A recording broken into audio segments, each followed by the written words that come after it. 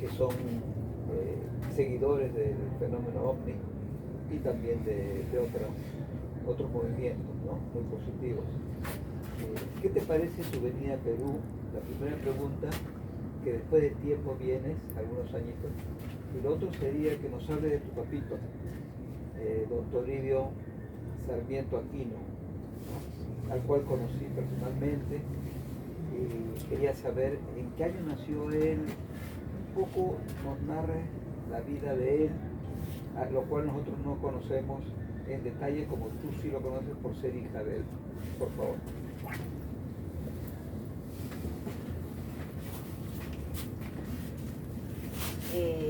No, en realidad para mí esto es una linda sorpresa. Yo vine, digo, bueno, voy a Chica y después me encontré con un lindo grupo y no pensaba estar acá, pero bueno, se da.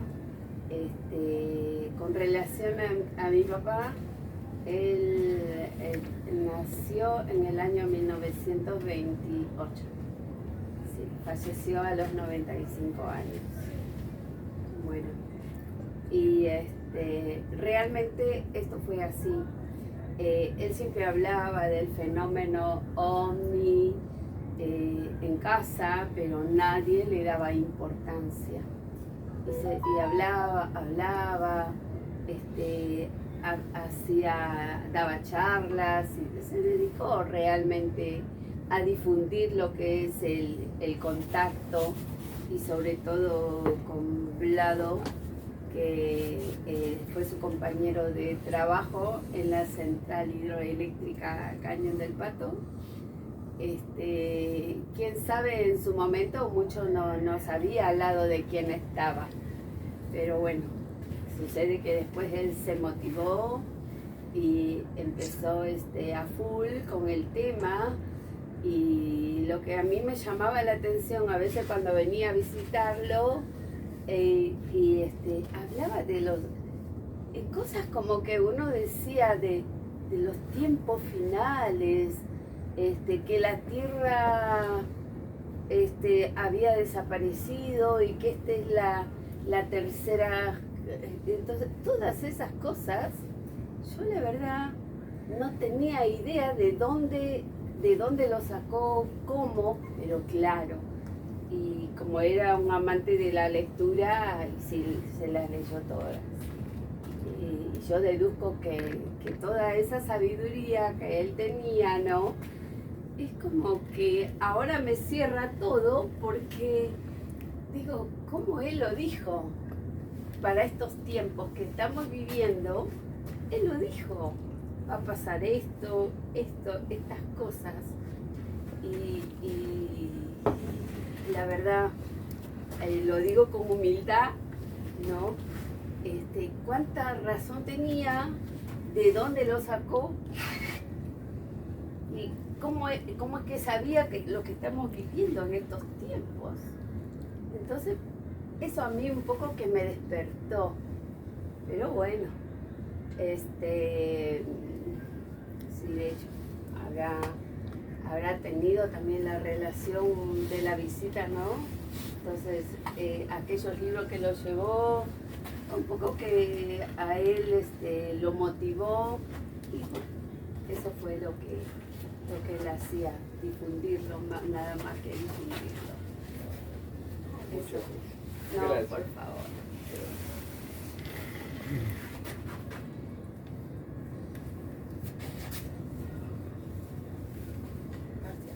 Sí, señora Flor Sarmiento, bueno, aquí corresponsal en Micha, de Uruguay.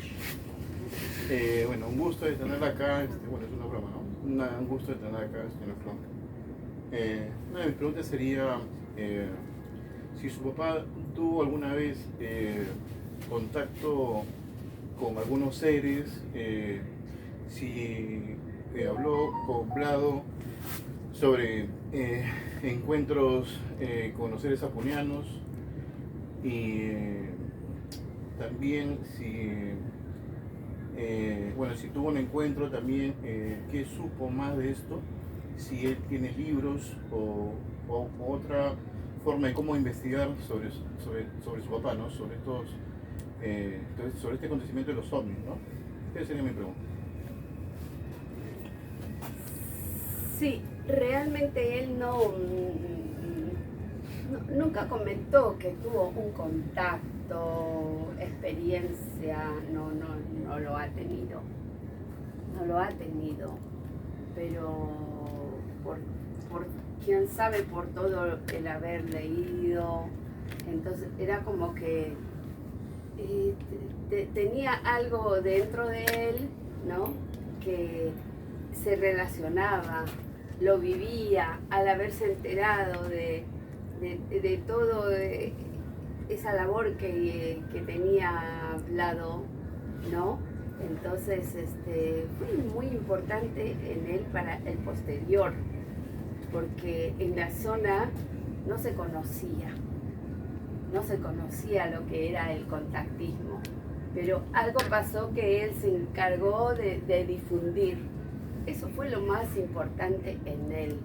O sea, lo vivía, lo sentía, pero el que haya tenido contacto así, si lo tuvo, no sé, nunca lo dijo. Nunca lo dijo. ¿Y qué es lo que él contaba? ¿Qué es lo que él contaba a sus seres queridos, a sus conocidos?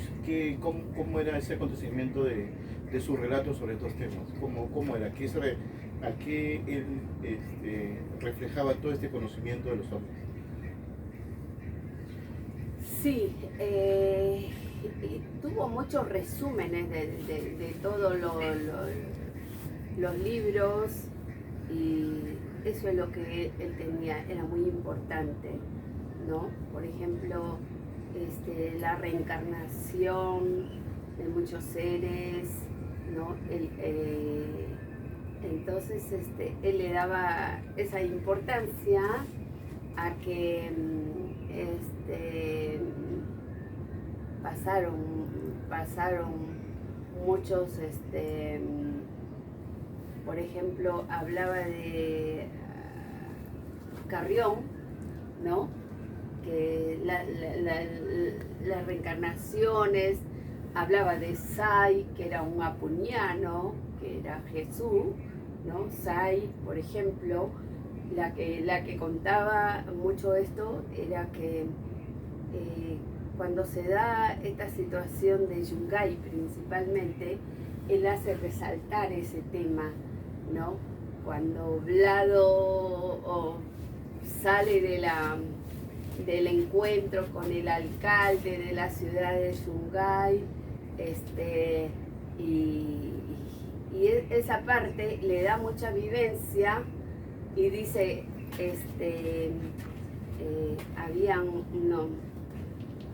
Vlado y otro ser que era la representación de Sai, ¿no? O sea, estaba él acompañado, ¿no? Y esa es la parte como que resuena. Entonces, le gustaba hablar mucho de Sai, sí. Hola Florcita, yo soy César de Chilca. Te doy la bienvenida a nuestra humilde morada con Lupe. Te hablamos acá de la playa Yaya, Lima, Perú, Cañete, Chilca específicamente. Yo le llamo pues la tierra de los ovnis. Y bueno, quería hacerte una pregunta. ¿Algún detalle específico de tu papá que tú recuerdes, sobre todo que te haya a ti digamos hecho pensar, o de repente te ha llamado la atención de algo que haya hablado tu papá, de repente de los acontecimientos últimos que nosotros sabemos lo que va a pasar, pero siempre la curiosidad de saber qué detalle de repente tu papito te ha podido explicar o lo escuchaste en algún momento? Eso quisiera saber, si tú me puedes decir. Sí, la verdad que era para mí, que conocía poco del tema, ¿no? Escucharlo era de primera como que no le daba tanta importancia. y después me iba empapando yo también, estando en Buenos Aires, ya con el tema del contacto y todo, se me abre un poco el panorama. Entonces es ahí cuando yo empiezo a escucharlo mejor, sí. Pero a veces me arrepiento de no haberlo escuchado mucho antes. Si lo escuchaba, pero en casa como que no le dábamos importancia. Y disculpa la mirada de curiosidad que tenemos contigo, no te incomoda, sino que es la atención y la curiosidad que tenemos de los conocimientos que te ha dejado tu papi. Por eso con atención te miramos como niños, para que tú nos digas algún detallito que de repente no quieras decirlo, pero ojalá lo digas. Un detallito, algo te llamó la atención. Pues, qué sé yo. No sé. ¿No Fue recuerdas una algo? persona muy, muy noble y las cosas lo decía, no, él no podía agregar ni restar una palabra, las decía tal cual, era muy disciplinado, ¿no? En su forma de vida y eso, quién sabe, hizo de que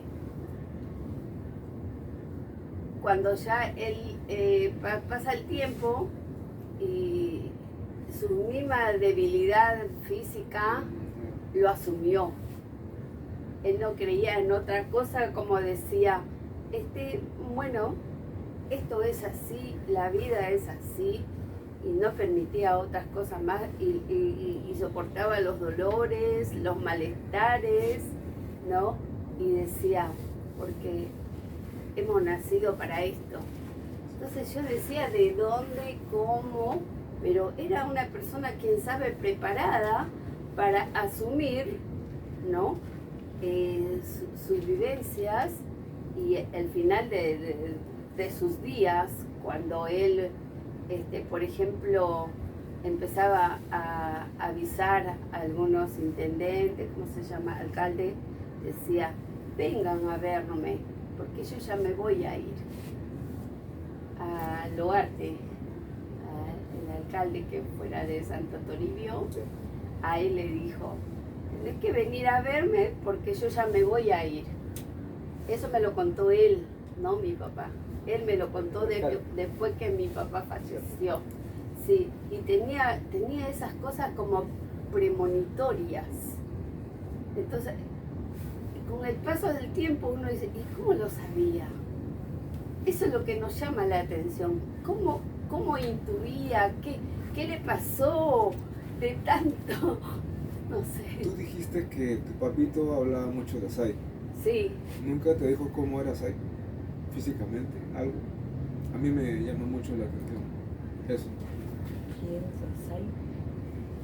No, no. O sea, yo por Julito yo sé que Sai fue Jesús y que hay un encuentro. Él lo decía, con que era Kashi, Jesús. ¿no? Cuando lo ayuda. Pero físicamente de repente como tu papá tú dices que tu papá le llamaba mucho la atención, digamos que lo estimaba mucho a Sai, lo Sí, quería mucho. Era mucho. De repente Sai se le presentó y le decía todas estas cosas, ¿no? A él. De repente. Claro, porque fue raro en él que le aparecían cosas que era futurista, hablaba cosas del futuro. Eso es lo que llamaba la atención, muy futurista era. Entonces, quién sabe, lo tuvo, no sé, pero eso llamaba la atención de las cosas que iba a suceder. Y justamente cuando hablaba de esto de la pandemia, que las cosas iban a aparecer, y bueno, él falleció el 4 de febrero del año 2020, cuando empezaba la pandemia. Pero él ya lo decía, todo lo que iba a suceder de estas cosas. Entonces, a mí me quedó marcado eso. ¿Cómo? Pero tampoco... no sé, hay algo. Lo que pasa, como yo vivía en Buenos Aires y me faltaba mucho más diálogo, sí. Eso es lo que pasaba. ¿Qué te ocurrió mientras usaba? Pero con el paso del tiempo, yo me quedo con eso de que pudo expresarlo. Y hay personas que lo conocieron y tienen muchas historias de él. O sea, hay gente que sabe de él, que por ahí yo poco lo sé. Sí, el hecho de estar afuera del país, ya esas cosas, sí, como que queda un poco, quién sabe. Él tenía un amigo de la ciudad de Yungay, ¿no? Y él siempre me comunicaba por el Messenger de las cosas que conversaba con mi papá. Él iba a visitarlo y le seguía hablando siempre de cosas que eran premonitorias. Sí. Ahora, ¿qué hubo en el medio? No sé qué hubo. Pero eso era lo que a mí me quedó de él. Y bueno, no sé, después tuvo conversaciones con Julio, ¿no? Que él fue directamente a conversar y bueno, quién sabe, él sabe algo más que yo.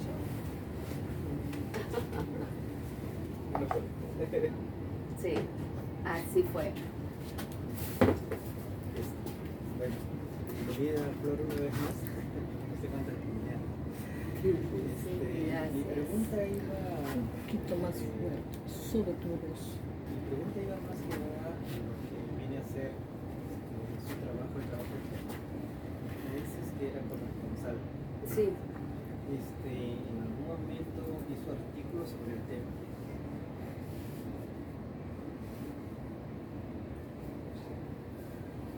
no tengo idea si lo Yo hizo. tengo constancia de eso. Me mandó reportes. Sí hay. Así hay. Sí, era corresponsal de la prensa. Sí, aparte trabajaba en la central hidroeléctrica. O sea, de todos modos ser escuchado por un diario. O sea, acá en Lima la prensa era muy importante. Sí, claro, un diario nacional. Sí, sí, sí. Claro, o sea, no. Sí, es probable. Que todavía estén los artículos en la biblioteca. Debe estar, debe estar. Y yo sí me acuerdo cuando llegaba a casa, como era, llegaba los paquetes del diario a casa, que se acumulaba él. Pero después, no sé, las copias de esos diarios, entonces desapareció, no sé qué los hizo, pero no, esa parte desconozco. Sí. Y lo otro es, ¿él profesaba alguna religión? No. Él se conocía y decía que era ateo. Él decía que era ateo. Pero tenía ese don interno, o sea, o por ahí no lo explicaba bien, pero tenía algo dentro de él con mucha espiritualidad. No era religioso, pero era espiritual. Esa era la parte de él, o sea, quién sabe, le gustaba compartir muchas obras comunitarias, orientaba a la gente. Cuando después del terremoto sucedió, organizaban cómo la gente podría lograr a tener una vivienda. Era como un líder que movilizaba esas cosas. Sí, era, qué sé yo, bastante servicial a la comunidad de Huaylas, Huallanca, ¿no? Y tenía ese don, ¿no? Pero, como vuelvo a decir, se identificaba así, ¿no? O sea, no, de Dios, pero para él es como que detestaba a la gente que hablaban de Dios y como decía la gente cucufata, decía él, es la gente cucufata, porque la esencia es esto, decía, es como estar dentro de lo espiritual, o sea, por eso era como que no le daba importancia a la religión. Sí. La otra pregunta era, de alguna forma él logró... Un poquito más alto sobre tu voz. Tú. De alguna forma él logró, bueno, casi ya me lo has respondido, pero aparte de ser conocido, poder ser bien conocido, él, digamos, se sentía apreciado, veía que la gente le devolvía eso que él transmitía o algo así. No digo que se sintiera un ser especial, pero la gente, que tampoco, porque yo creo que debe haber habido muchos que le hayan hecho, como quien dice, alto de escuchar o algo así, o de todos modos todos lo escuchaban y se quedaban con la boca abierta. No, bueno, eso nace después ya, cuando él se retira de la empresa, pero cuando él trabajaba, era el único no sindicalizado. Ese es el detalle. O sea, como la mayoría eran sindicalistas y él no. La empresa separaba la central y el único que iba a laburar es él. Entonces, venían los ingenieros y nos ponían en puerta de casa a la policía, porque iban y nos apedreaban la casa. A nosotros no nos atacaban, porque era ese cómo. Entonces, eso era, nosotros teníamos la presencia policial en casa, porque era el único que se hacía cargo, porque como técnico, después el resto eran ingenieros que dirigían, ¿no? Entonces, pero él pasaba así. Y bueno, esa es la parte que nosotros hemos padecido, porque tenía esos principios, ¿no? Porque decía, la gente es vaga, no les gusta trabajar, piden esto, hacen esto, y él no. Entonces, ¿por qué? Entonces, por eso fue el único trabajador no sindicalizado. Fue esa parte la que sí, con los compañeros de trabajo, el resto era que tenía represalias realmente. Esa fue la parte en lo laboral. Después, bueno, cuando ya se jubila, empieza ese tema de dar talleres, charlas, esas cosas. Entonces, pero lo que yo recuerdo era eso. Sí. No, por favor.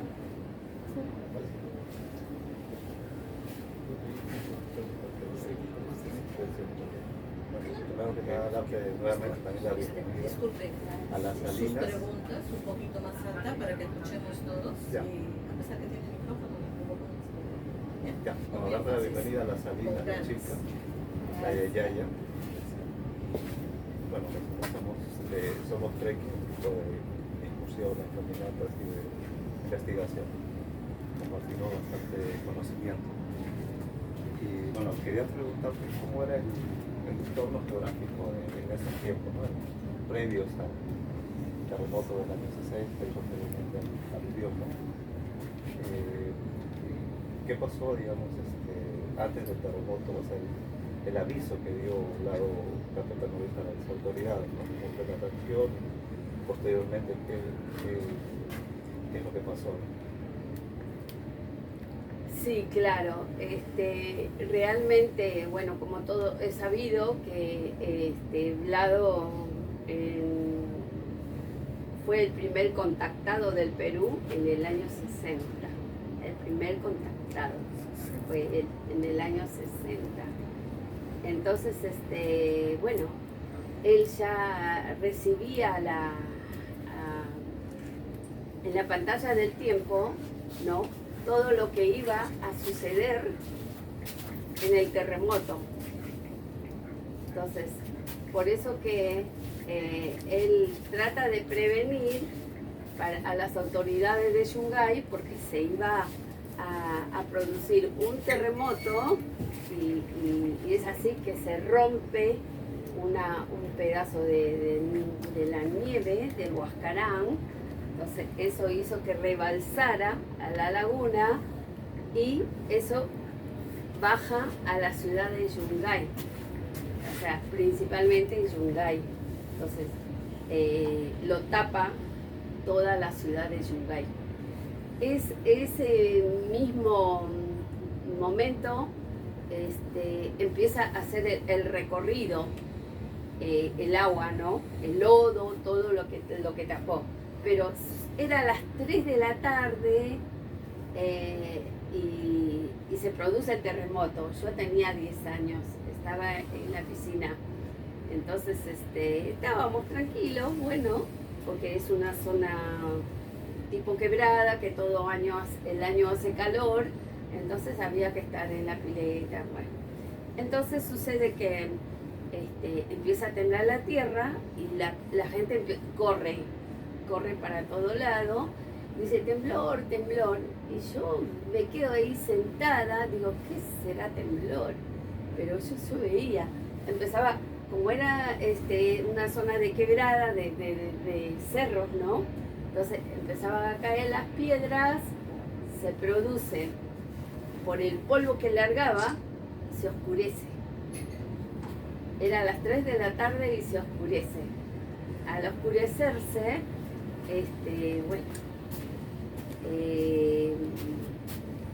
ya la gente desaparece del lugar y yo me quedé ahí como, bueno, me succionó, me quedaba tranquila, ya no había ni gente.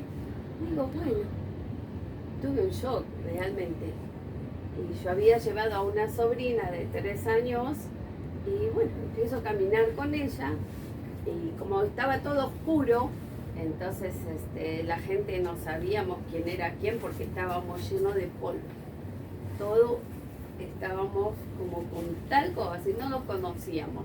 Todos estábamos, porque eran vientos huracanados, muy fuertes, que golpeaban esos vientos. Y después, bueno, a todos nos llevan a la parte alta, ¿no? Y a las 8 de la noche, después de, bueno, 5 horas, ¿no?, empieza a sonar boom, boom, boom, un ruido fuerte. Nosotros estamos en la parte alta, nos habían sacado ya. Entonces, y justo en esos momentos se había caído el puente que se dirigía a la casa de fuerza de la central hidroeléctrica. Se cayó el puente, porque había un puente que iba directo a la entrada. Se cayó, entonces algunos trabajadores pasaron por unas cuerdas y tuvieron que cerrar las compuertas de la central, porque si no se arruinaba todo. Lograron cerrar la compuerta. Y bueno, a las 8 se produce empezaba a venir todo eso, el lodo que arrasó la ciudad de Yungay, los lugares en el camino, ¿sí? Pero la gente no salió de sus casas. Nosotros, a Yungay no tuvieron tiempo. La primera ciudad donde agarra el lodo, el terremoto hubo desde Huaraz hasta Chimbote, por ahí. Fue terrible ese movimiento. Todo el callejón, ¿no? Claro, desde Huaraz, que era una ciudad bastante, las calles muy angostas, las casas eran de adobe, se juntaron las calles. O sea, murió muchísima gente, con la diferencia que ahí no tenían el aluvión, porque el aluvión empieza desde Yungay, y de ahí pueblo por pueblo iba arrasando el lodo.